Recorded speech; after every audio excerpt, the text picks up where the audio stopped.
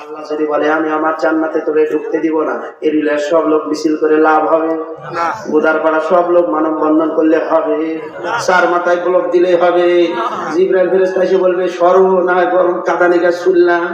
জোরে বলেন ঠিক কিনা? এই জন্য ভাইরা আমার, বাপজানেরা আমার, রাগ আসে কার পক্ষ থেকে? শয়তানের পক্ষ থেকে। দুনিয়ার জন্য রাগ, ইসলামের জন্য রাগ আসে আল্লাহর পক্ষ থেকে।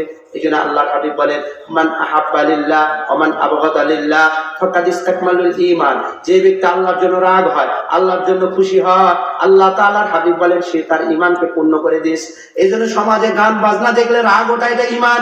যার গান বাজনা দেখলে রাগ ওঠে না, ওয়াজ মাহফিল শুনলে কয় হুজুরের ঢানো শুরু করছে, বুঝতে হবে শয়তানের মাথা পেশাব করছে। 92% মুসলমানের দেশে ডিজে পার্টি সারা রাত ধরে বাজায়, কোনো সমস্যা হয় না।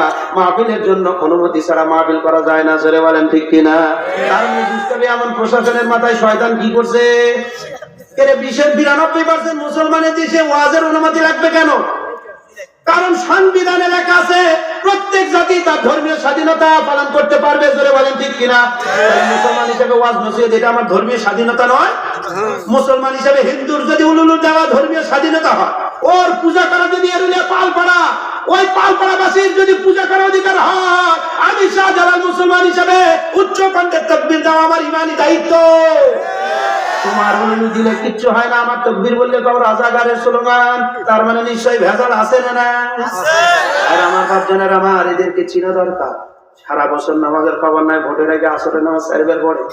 বাপরে ক্যারি কুলি করতে করতে হুজুর মধ্যে কেমন 4 বার গুলি করিস? বলছে চোখ করে হুজুর 1 বছর ধরে মুখি ধরে দিই 4 বার 36 বার গুলি করা দরকার। হুজুর জিজ্ঞাসা করতেছে চাচা আমি আজকে আপনার বাসায় খানা? আমি তো বেনামাজের বাড়ি খাই না, আপনি কি নামাজ পড়েন? তো চাচা করছে নামাজ না পড়লে মুসলমান থাকে নাকি? হুজুর তখন করছে ও তাহলে চাচা নামাজ যেহেতু পড়েন কোন তো ফজরের নামাজ কয় রাকাত ফরজ? চাচা আমি চাচা ঠিক আছে কম চাচা তখন করছে হুজুর করছে কি, তারপরে করছে কি, বউ খালি করছে তখন রাত করে করছে এই পাগলের বাচ্চা পাগল, তুই যে 2 লোক দেখাচ্ছ, আমি হুজুর 10 লোক দেখাচ্ছি তাই মানে না, 2 লোক মানবি করে? এখন তো আসলে ফজরের নামাজ কয় রাকাত? আসলে তো 2 রাকাত। বউ যেটা বলছিল এটাই সঠিক বলছে। এইরকম নামাজ আমাদের দেশে আছে না? না 30 বছর ধরে নামাজ পড়ে, দোয়া কোনো এখনো জানে না। জোরে বলেন ঠিক কিনা? আরে কি আফসোসের কথা, আপনি এরুলিয়া কোলেস্টরে কখন আলু রাখা লাগবে, বুকিং কখন দেওয়া লাগবে এটা বোঝেন? রাস্তা পার হওয়ার জন্য কোন দিকে কয়বার টাকা যাবে এটা বোঝেন? দুনিয়ার একটা রাস্তা পার হইতে ডানে বামে দেখতে হয়। আপনি প্রথমে যেই দিকে যাবেন ওই দিকে আগে দেখতে হয়, পরে পা বাড়ানোর আগে ডানে দেখতে হয়। তাহলে নওগাঁ রোড এটা আপনি জানেন, এটা 2 দিক থেকে গাড়ি আসে, এই জন্য ডানেও দেখেন বামেও দেখেন।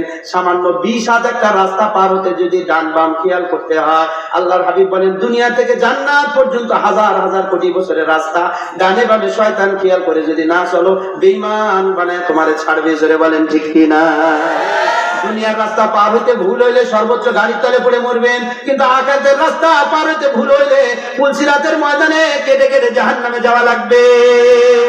তাহলে দুনিয়ার রাস্তা চাইতে পার হওয়ার চাইতে আখিরাতের রাস্তা পার হওয়া সহজ না জটিল?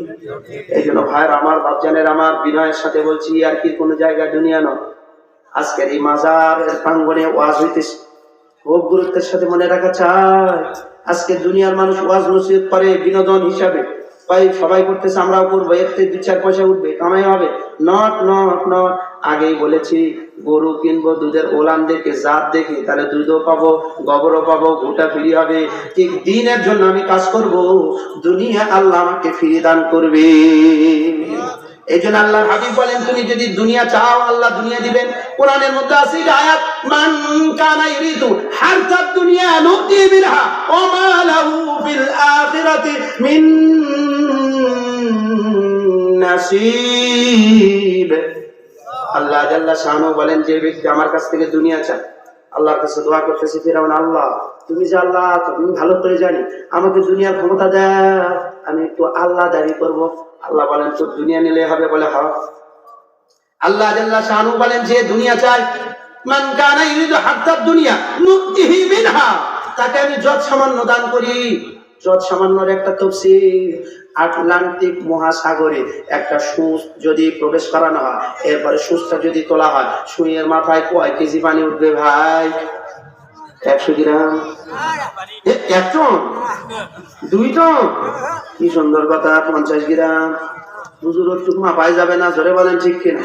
তাহলে আল্লাহ বলেন দুনিয়া যদি চাও তোমাকে সূচের মাথা সাগরের মধ্যে ভিজিয়ে ওঠানোর কারণে যতটুকু পানি উঠবে অতটুকু দুনিয়া দিব।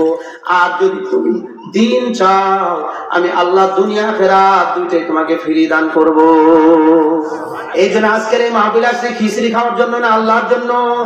কারা কারা আল্লাহর জন্য আসছে তো হাত তুলে আল্লাহকে দেখায় নারে তাকবীর। ইয়া আল্লাহ আপনি আমাদেরকে কবুল করেন। আজকের এই প্যান্ডেলে একসঙ্গে বসার বরকতে জান্নাতে আমাদেরকে একসঙ্গে বসার তৌফিক দিন।